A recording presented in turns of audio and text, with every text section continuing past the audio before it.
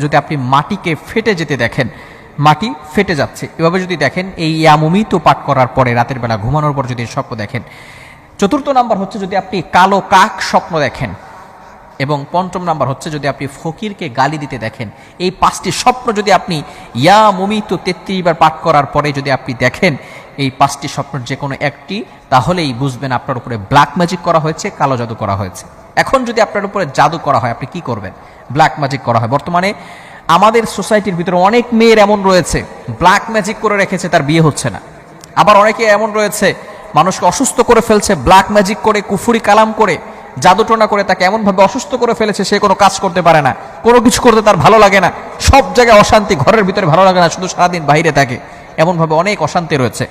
যদি কালো জাদু কারোর উপর করা হয়, তাহলে সে আয়াতুল কুরসি, এটা হচ্ছে কোরআনের ভিতরে সর্বশ্রেষ্ঠ আয়াত হচ্ছে আয়াতুল কুরসি, সূরা বাকারার ভিতরে আল্লাহ তাআলা 3